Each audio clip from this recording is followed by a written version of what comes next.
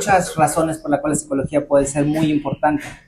Primero hay que comprender que tenemos dos áreas que siempre debemos atender, que es tanto la salud física como mental.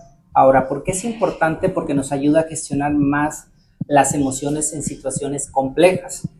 El ser humano a lo largo de la vida y a lo largo de sus etapas evolutivas tiene muchas complejidades, supongamos. Entonces, la psicología lo ayuda a que haya un espacio seguro donde haya un intercambio físico, el paciente pueda comprender desde otra perspectiva cuáles son las problemáticas que se está enfrentando.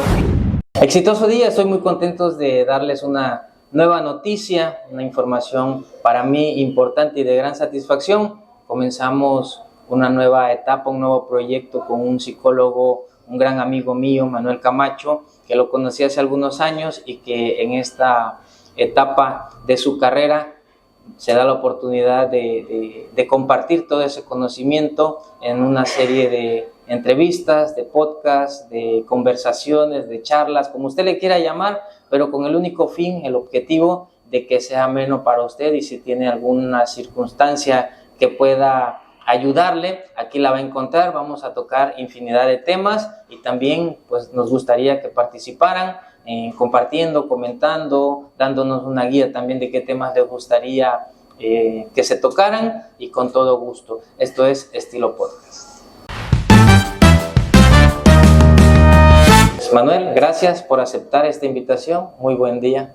Gracias a ti por invitarme, por acompañarte en esta nueva etapa de podcast que vas a hacer, con muchos temas, con muchos invitados, y yo te agradezco que me hayas dado la oportunidad de estar aquí contigo y compartir temas de algo que me gusta mucho, que es la psicología. ¿Por qué es importante la psicología en el ser humano? En el ser humano, bueno, hay muchas razones por las cuales la psicología puede ser muy importante. Primero hay que comprender que tenemos dos áreas que siempre debemos atender, que es tanto la salud física como mental.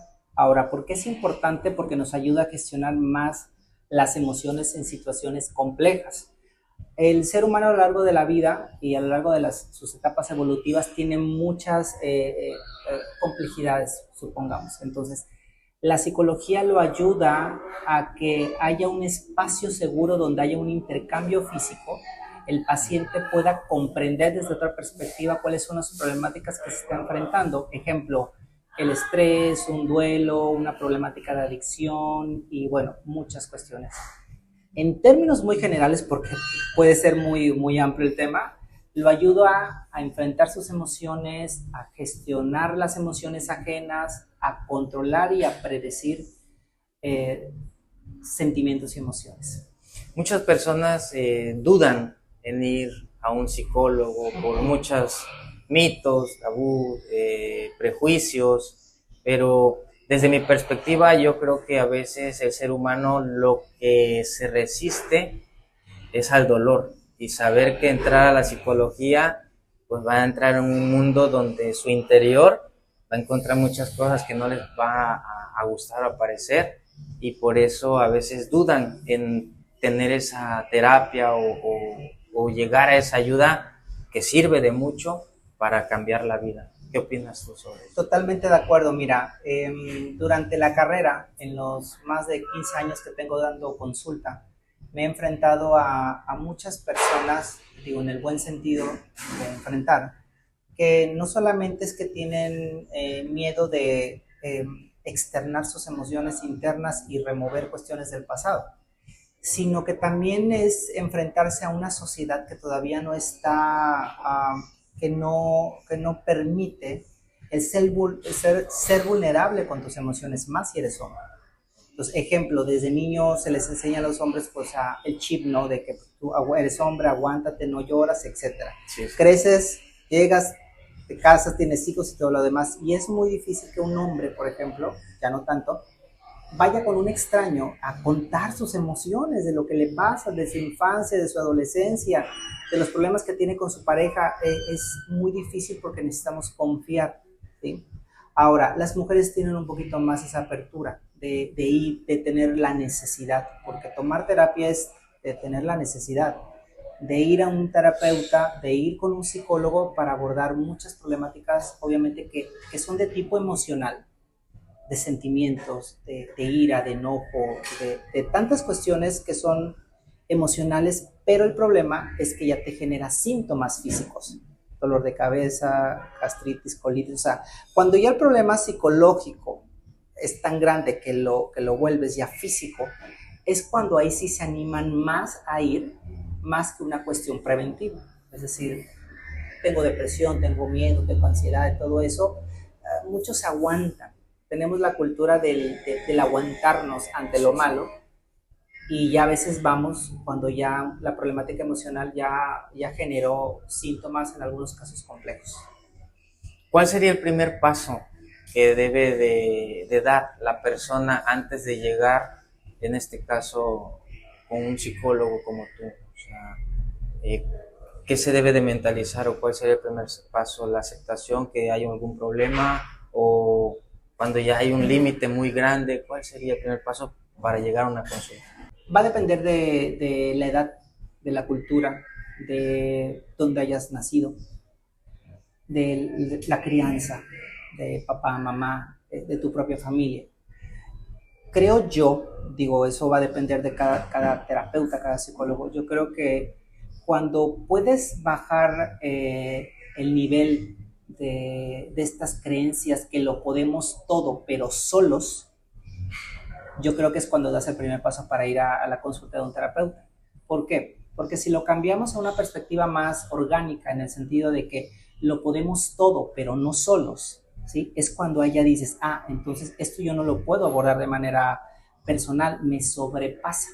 La ansiedad me sobrepasa, la depresión me sobrepasa, un problema con mi pareja me sobrepasa, tengo un dolor acá y ya fui con el médico y no me dijo que no tengo absolutamente nada, mis análisis salen bien. Entonces, es bajar los niveles de ese poder que tenemos de que lo podemos todo y ser humildes en esta parte emocional y de cruzar una línea invisible que a veces nosotros formamos por ego, por mucho narcisismo, por mucho individualismo, por miedo también es por miedo. No, repito, no es fácil confiar en una persona. Y el primer paso, creo, respondiendo a tu pregunta específicamente, es reconocer que no lo puedo todo.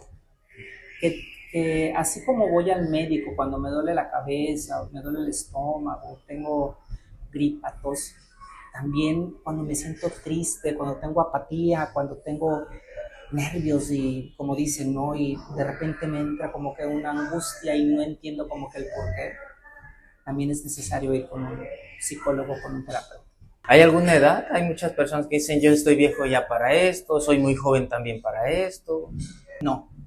No hay edad para ir como tal, pero bueno, va a depender de la problemática. Por eso en la psicología dividimos en enfermedades, problemas o trastornos mentales en la infancia, en la adolescencia y en la adultez. Bueno, desde ahí, ¿no? Tenemos una primera infancia que es desde que nacemos hasta los 5 años, de 5 años hasta los 9, 10 años, ¿sí? Entonces, va a depender de la edad. Obviamente, existe un término que le llamamos nosotros prevalencia clínica. Esta prevalencia clínica nos da como que unas señales de tráfico de qué enfermedades o problemas mentales psicológicos aparecen a determinada edad. Entonces, hay algo que es más común en la infancia, hay algo que es más común en la adolescencia, en la adultez y en los adultos mayores. Por ejemplo, en la infancia podemos hablar de problemas de aprendizaje, ¿sí? Podemos hablar de alguna problemática de ansiedad por separación, alguna problemática de una conducta violenta o aislada. En adolescente podemos hablar, no sé, trastornos alimenticios, adicciones. En adultos, depresión, ansiedad, y en adultos mayores, pues también está muy marcado la parte de la depresión y otras formas ya más de tipo neurológica que aparecen, como por ejemplo las demencias, ¿sí? Es muy típico como adulto mayor. Entonces, no hay una edad como tal, por eso los padres bueno, se dice que los padres son los primeros en detectar estas problemáticas, dependiendo de la edad, niño o adolescente. Pero en mi experiencia son los maestros. Son los maestros que empiezan desde el preescolar, primaria, secundaria, a ver esa conducta, esta cuestión peculiar en un alumno, y es cuando llama al padre, el padre lo ve también, y se vuelve como que un equipo donde refuerzan que una conducta es distinta, por decirlo así, Sí, sí. y que amerita una revisión por un terapeuta, psicólogo. Y bueno, para allá iba, ¿no? ¿Cómo identificar esa parte? En el sentido que si el maestro no es la persona que puede ser el que detecta, ¿cómo detectar nosotros como padres si hay algo que mi hijo requiera ya para una atención psicológica? En la niñez, en la adolescencia y en la adultez le llamamos nosotros conductas esperadas, ¿sí?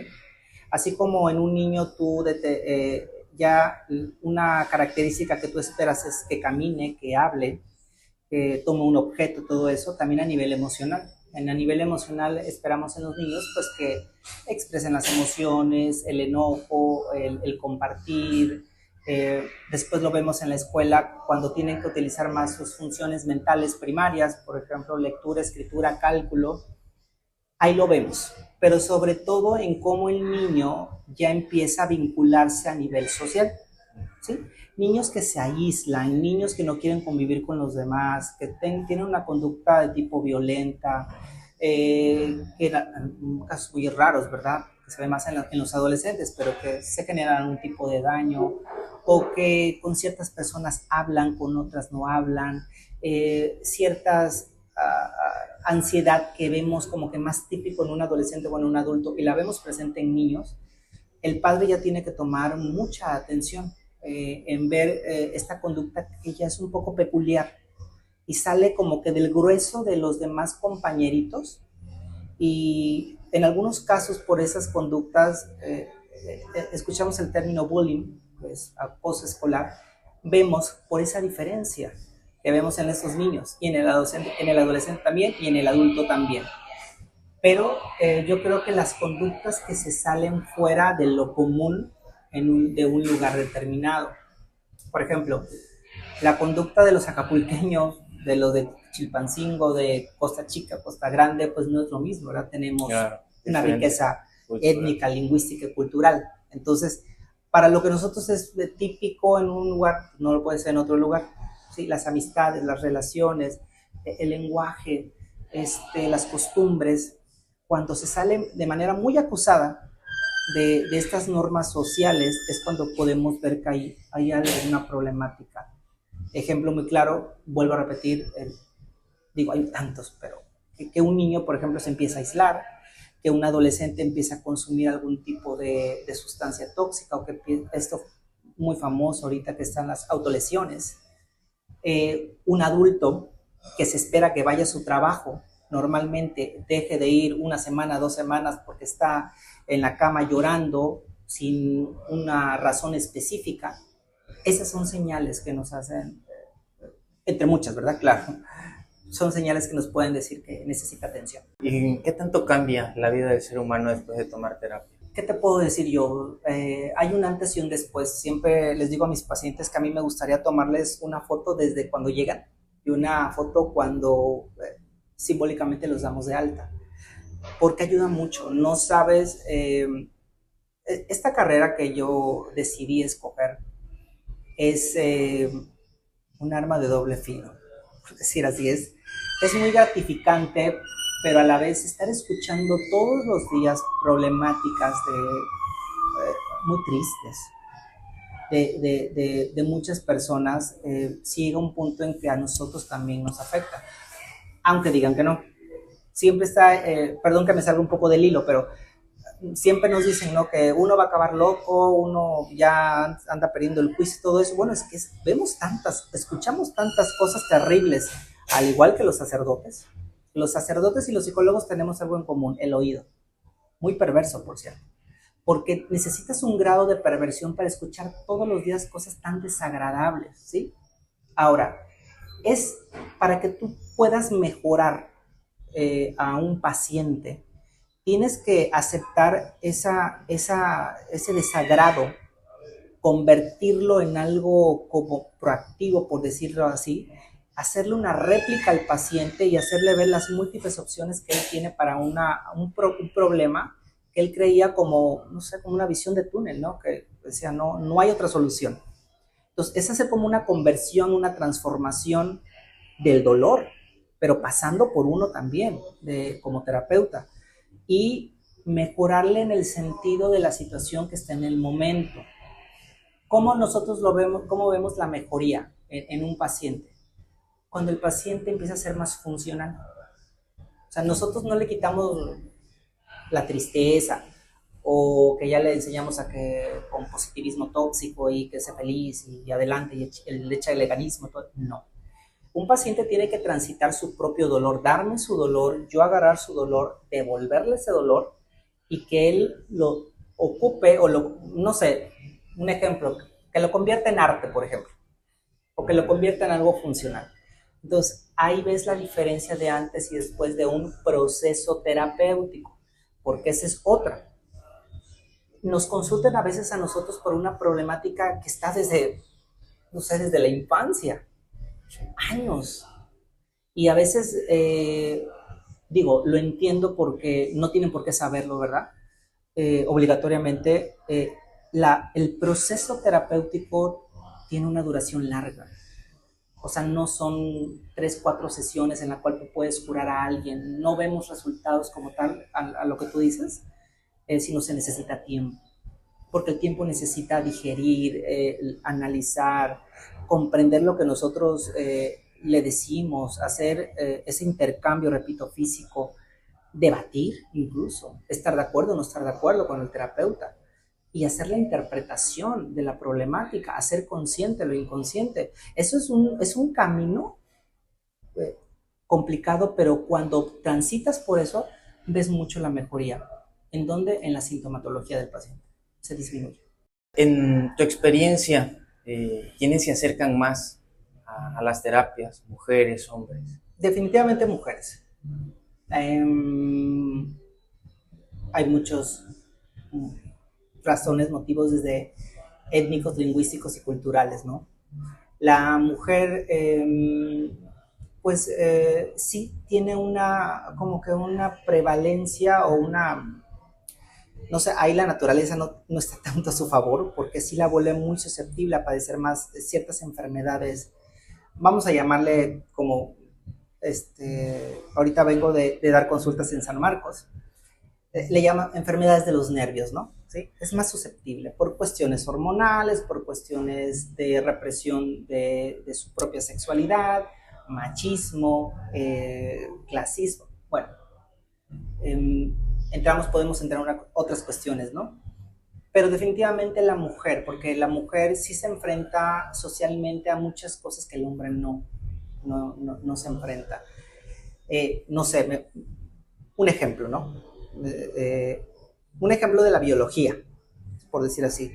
A la mujer, la naturaleza le dice que va a ser mamá, pero al papá, al hombre no le dicen que va a ser papá. Es decir, la mujer tiene una transformación, su vientre, que los pies hinchados, todo eso. O sea, esos cambios físicos también generan muchas emociones.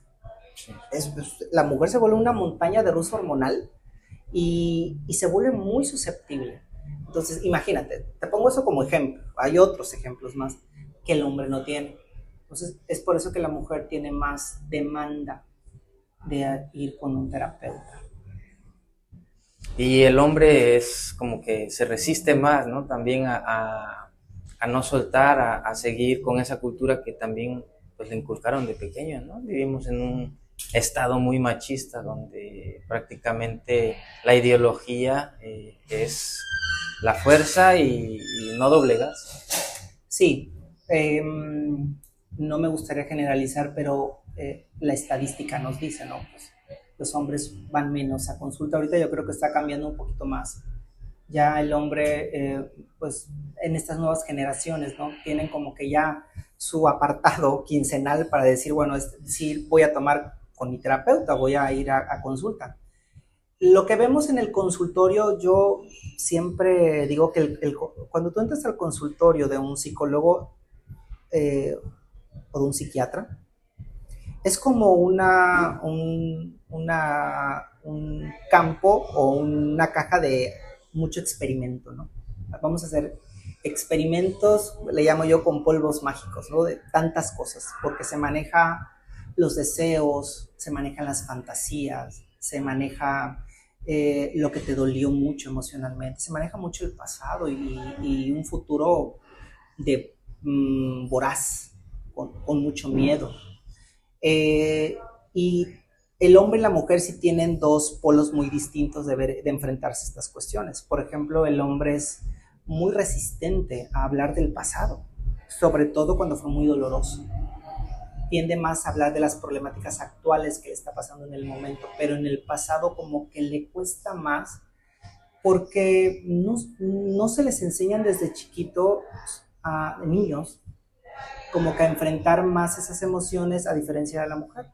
La mujer es más permitido, ¿no? Que llore, que exprese, que eso. Y de niño lo limitan un poquito más, ¿no? No llores, aguántese. Podemos decir que esto ya no pasa, ¿verdad? Pero sí sigue estando muy presente. Entonces, si el hombre se resiste más, ¿qué es resistencia? Todo lo que se opone a su propia curación emocional. Hablaste ahorita de psicología, de psicólogo y psiquiatra. ¿Cuál es esa línea o ese espacio que lo separa a uno y el otro? Mucha. Aunque tenemos el campo de la clínica muy de cerca. Clínica viene de cliné, que es el que está acostado, el que está en una situación de vulnerabilidad. Terapeuta, psicoterapeuta viene de terapeuta, curación. Curamos, el psiquiatra, muchos curamos, ¿verdad? Psiquiatras, doctores, enfermeras, todos curamos. Pero las líneas que hay entre un psicólogo clínico y un psiquiatra es de que el psicólogo clínico ve problemáticas emocionales que son, digamos que de la vida cotidiana, por decir así, ¿no? Depresión, ansiedad, algún duelo, alguna problemática de separación de la pareja, etcétera. Cuestiones que podemos enfrentar. Ahora, el psiquiatra ya se enfrenta a otras cuestiones más complejas, pero aquí ya utilizamos el término enfermedad mental, ¿sí? O trastorno mental, en la cual una enfermedad mental o un trastorno mental son esferas diferentes, pero vamos a ponerlas juntas, que ya estamos hablando digamos, una problemática clínicamente significativa en funciones de la realidad. Un ejemplo muy claro que es la madre de todas las enfermedades mentales es la esquizofrenia, ¿sí?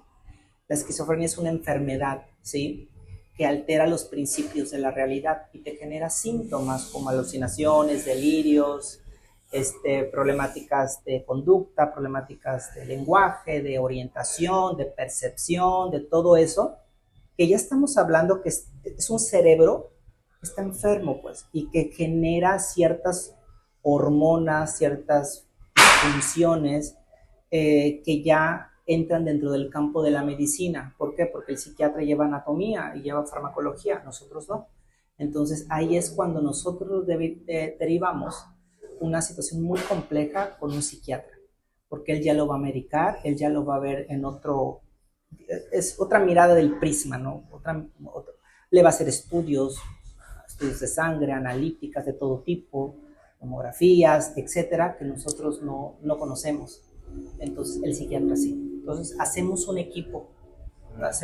Lo ideal siempre es trabajar en equipo, tanto con el psiquiatra como el psicólogo, también el médico general, el nutriólogo en muchos casos, para que podamos abordar a una persona con una enfermedad mental.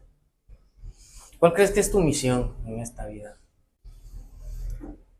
Qué interesante pregunta. Hace como 2 años tuve un accidente muy, muy fuerte. Realmente, por la situación de ese accidente yo no... Era para que no estuviera aquí. En pocas palabras, era para que no estuviera vivo, ¿no? Y siempre escuché amigos, compañeros, familiares que me decían, bueno, es que por algo estás aquí, ¿no? Tienes algo que hacer.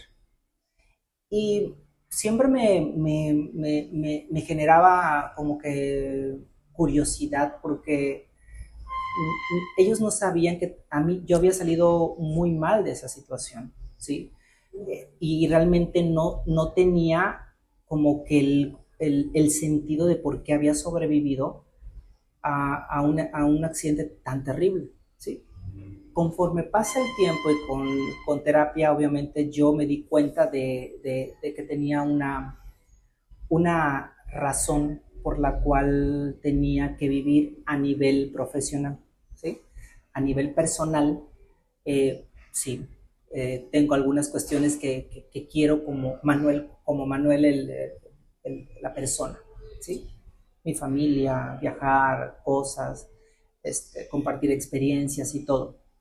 Pero como profesionista, eh, lo voy a reducir en algo muy, muy pequeñito, tal vez voy a ser extremadamente reduccionista, pero la experiencia me ha hecho llevar a responderte esa pregunta que tú me haces, ¿sí? Te doy un poco de contexto. Cuando trabajé, tuve 2 cargos públicos. En los 2 cargos públicos que tuve, siempre tuve mucho contacto con gente de pobreza, de todo tipo de pobreza, de bienes, de capacidades y de alimenticia. Entonces, estos 2 cargos me hicieron ir a sus casas, ¿sí? Y cuando yo entraba a la casa de mis pacientes, yo me daba cuenta que la casa es como la ropa, ¿no? Y repitiendo la palabra, te arropa, ¿sí? La casa te arropa emocionalmente, la ropa también en el sentido de que te cubre tu cuerpo. Pero me llega a dar cuenta que las casas, no quiero sonar un poco esotérico, pero las casas están vivas. O sea, hay una energía en las casas que pueden generar sistemas de salud y sistemas de enfermedad muy, muy complejos. Cuando yo empecé a descubrir esto, me daba pena casi hablarlo porque no encontraba una métrica para decir esto es cierto o esto no. Ahora sí. Ahorita estoy estudiando algo que se llama neuroarquitectura, en la cual nosotros hacemos una relación del entorno de la casa de una persona y cómo su entorno, favorable o desfavorable, de su casa, puede llegar a afectar su salud física y mental. Entonces, respondiendo a eso, es una de mis misiones ahorita, enfocarme más en la salud de mis pacientes, pero en relación a los entornos en los cuales él cohabita o él vive, especialmente en su casa. ¿A qué te has enfrentado? Algo que te haya cambiado la vida en alguna circunstancia de algún paciente que tú hayas sentido algo más allá de lo que te permite tu profesión, o sea, tocarte esas fibras sensibles como ser humano. Mira, cada paciente te deja algo de su esencia. Obviamente hay pacientes que te dejan más. Antes de responderte, me gustaría decirte lo siguiente. El paciente con una enfermedad mental o con una problemática emocional o psicológica tiene una particularidad y una naturaleza. Su naturaleza es perturbar tu sueño, tu alimentación, tu vida, es perturbarla a nivel de todo el entorno del terapeuta. Quiero aclarar en el sentido de que no en mal plan, pues no va el paciente a perturbar. Yo lo hago a propósito, ¿no? ¿Por qué? Porque el paciente tiene una gran necesidad que te va a mandar en un mensaje, una llamada en la consulta, una atención tan plena que te va a absorber todo de ti energéticamente, al terapeuta, al médico, etcétera. Ese es otro tema aparte. Pero en los pacientes cuando yo los atiendo, obviamente siempre como cuando se van, me dejan como un nudo en la garganta a veces decir, me faltó esto, preguntar esto, analizar esto y el otro. Ahora, eso en los más de 15 años que llevo dando consulta, pero sí he tenido pacientes que me han marcado a nivel profesional y en mi vida personal. Apenas tuve una paciente que apenas falleció por una problemática de cáncer. Fue algo muy rápido. Fue muy, ¿cómo puedo decirte? Muy fugaz, ¿no? Sí. La atendí, trabajé con ella. Era una paciente muy bonita, muy joven. Y el escuchar cuando el paciente te dice, es que yo no me quiero morir, quiero vivir. Y te lo pregunta y dices, bueno, ¿qué le digo, no? O sea, ¿qué le digo si el médico ya dice otra cuestión? En la carrera hemos aprendido a que sin falsas esperanzas siempre debemos de tener la esperanza, ¿sí? Nunca puedo llegar con un paciente sin la esperanza en el bolsillo o en el corazón. Entonces, esa paciente cuando se va, nos deja, me dejó algo como una herida, ¿sí? Que aún sigo trabajando, ¿sí? Personalmente, profesionalmente, porque es como que algo como una negación, ¿no? Yo le agradezco que haya llegado a mi vida y, y se fue en paz, se fue con su familia, pero los que nos quedamos, tanto su familia como yo que la atendía, híjole, sí me afectó en mi estado anímico, por decir así. Hubo unos 2, 3 días que no atendí porque no me sentía como que con motivación, digamos, para atender. Y aprendí mucho de ella, de su carácter, de su fortaleza. De, También me enseñó a que muchas veces desaprovechamos la vida por cosas tan banales y cosas tan tontas. O le ponemos atención a tantas cosas que dejamos de disfrutar muchas cuestiones simples, pero que son importantes. Y son tan importantes que son muy caras. El tiempo es muy caro. El, el tiempo siempre te va a reclamar lo que no viviste. Eh, Hay una frase de Gabriel Rolón, un psicoanalista argentino, que dice, el que juega con tu tiempo juega con tu vida. Si yo te digo, te veo a las 5 y llego a las 7, yo ya te hice perder mucho tiempo de tu vida. Y esto en el trabajo, en el amor, en las amistades, en todo lo demás. O sea, pues, el tiempo, pues a lo que voy, me han enseñado mis pacientes a valorarlo más. En tu experiencia, vamos ahora a la otra, a la viceversa, te ha marcado, ahora cuál ha sido lo más satisfactorio para ti cuando pues ya ves un resultado en un paciente o alguna experiencia que te haya también marcado pero de manera positiva, levantado el ánimo, sentir bien, el decir hice lo que tenía que hacer y pues aquí está el cambio, ¿no? O sea, te devuelve una sonrisa. Mira, muchos psicólogos me van a entender, los que nos dedicamos a ver pacientes todos los días, ¿sí? Que tú te das cuenta cuando con un paciente hiciste un buen trabajo, porque se siente, lo siente el paciente, lo siente el terapeuta. No sé, llegamos a un recuerdo, interpretamos un sueño, disminuimos la sintomatología de algo que venía cargando la semana pasada, algo ya no le duele tanto como la sesión pasada. Pero es que he tenido tantos casos de película, de aventura y de terror también. He tenido casos de terror en el buen sentido, que podría resumirlo en que cuando él puede salvar la vida de alguien. He tenido muchos pacientes que querían dejar, pues ya no querían vivir.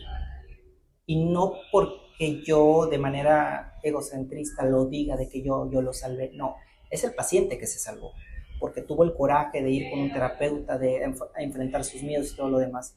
Pero que te agradezcan y que te digan, no, pues es que yo me quería morir, o sea, yo ya no quería vivir. Que finalmente no es querer vivir, es querer dejar de sufrir, ¿sí? y que le cambies es como si les quitaras los lentes y les quitaras el panorama de tan oscuro y que tengan ahora como que un por qué levantarse de la cama. Eso ayuda mucho. Eso para mí ha sido muy satisfactorio en muchos pacientes que he tenido.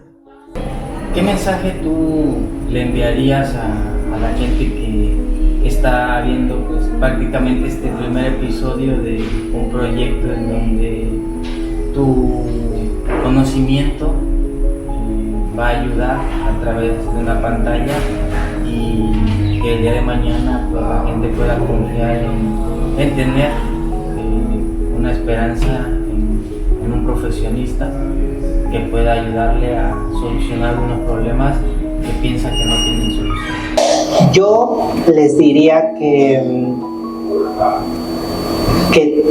la situación que estén pasando actualmente, independientemente de cómo la estén experimentando, aunque ellos no quieran, va a pasar. Pero cuando pase, siempre es recomendable que lo pases acompañado, ¿sí? En estos momentos existen muchas alternativas para dar una atención psicológica, vía telefónica, por WhatsApp, chats, todo que nos hay, inteligencia artificial, claro, ayuda, pero siempre con un profesional. La situación que están viviendo ahorita es como si la estuvieran viendo como una visión de túnel, ¿no? Y la única forma que podría salir de ahí es reconocer que en la vida siempre vas a tener caídas a un pozo, pero la fortaleza de salir de ese pozo siempre va a depender de uno. Y de algo nos tenemos que agarrar, de una liana nos tenemos que agarrar, ¿sí? A veces cuando estamos tan deprimidos, ansiosos o alguna problemática muy complicada, perdemos la memoria, en un sentido simbólico, perdemos como que por quién estamos, para qué estamos, dónde vamos. Y es válido perder en un momento el motivo, pero siempre es buscar la ayuda de alguien que te pueda auxiliar en este momento de malestar que estás pasando. No necesariamente siempre tiene que ser un terapeuta, puede ser un amigo, un buen amigo, porque hay amigos no tan recomendables, ¿sí? Un buen amigo puede ser un sacerdote, puede ser alguien de la afiliación de la fe que tú tengas una creencia, puede ser un grupo de ayuda, ayuda mucho sus grupos de neuróticos de AA, ¿sí? Un terapeuta, siempre, es decir, que debajo de las sábanas no vas a lograr nada, ¿sí? Y tienes que dar ese primer paso de decir, bueno, es que necesito detener mi vida en estos momentos para buscar ayuda, o sea, la necesito poner pausa, así como tengo que poner una pausa, ¿sí? Y buscar la ayuda de alguien. Yo creo que en esos momentos tenemos, donde quiera hay terapeutas, psicólogos, hay muchos colegas que son muy buenos, que te pueden ayudar, porque lo más importante es que alguien te escuche, que te reconozca en muchos sentidos, y que no te vuelvas como que todo lo autorreferencial no es confiable, Yo creo de esto, sí, esta cuestión, ¿no?, de que el universo y estas cuestiones y mantras y todo eso, pero sí necesitas a alguien más, sí necesitas hacer ese intercambio físico. Dar el paso es buscar en internet, tocar la puerta de alguien, de un amigo, decir, ayuda, no puedo con este dolor, que alguien te escuche, que no te juzgue, que te escuche, que te oriente, que te dé esas señales de tráfico como para decir, bueno, vamos a hacerle de esa manera. Porque a menos de que pues seas niño y menor de edad y que pues tus padres, hay que también capacitar a los padres a detectar las cuestiones emocionales de sus propios hijos. A veces no los conocen, y no lo digo en mal plan, sino que a veces no sabe si está triste, o sea, cuestiones del trabajo, muchos factores, no hay una conexión con los hijos y a veces vemos que es normal. Por ejemplo, la depresión y la ansiedad. El gran problema de la depresión y la ansiedad que tenemos en estos momentos no es que se haya disparado tal vez después de pandemia o antes, sino ya había una predicción, por ejemplo, que la depresión iba a ser una de las primeras causas en el 2020 de desempleo y de faltas a nivel laboral, ¿sí? No teníamos previsto la pandemia, ¿sí? Pero desde un punto de vista, el gran problema de la depresión en esos tiempos es de que ya lo vemos como un estilo de vida. Es normal. Y estar triste ya es parte de mi vida y me acostumbro y lo normalizo. El problema es que eso genera síntomas físicos y enfermedades también. Entonces, todas las personas son valientes, no es que no lo descubren, han sido muy valientes a lo largo de su vida y a veces olvidan que han sido valientes. Recuerden cuando fueron valientes en tomar decisiones en el pasado y tómenla en el momento de buscar ayuda profesional. Pues te agradezco, Manuel, creo que este es el primer episodio de muchos. Gracias por aceptar esta invitación de poder pues, compartir ese conocimiento con la gente en diferentes sesiones que vamos a tener para que pueda servir a la gente que en muchas ocasiones tiene dudas, miedos, mitos, pero que al final tú se las vas a aclarar. Pues aquí vamos a estar, para mí fue un placer estar con tu público, a todos ustedes gracias por su tiempo, por escucharme y saludos a todos.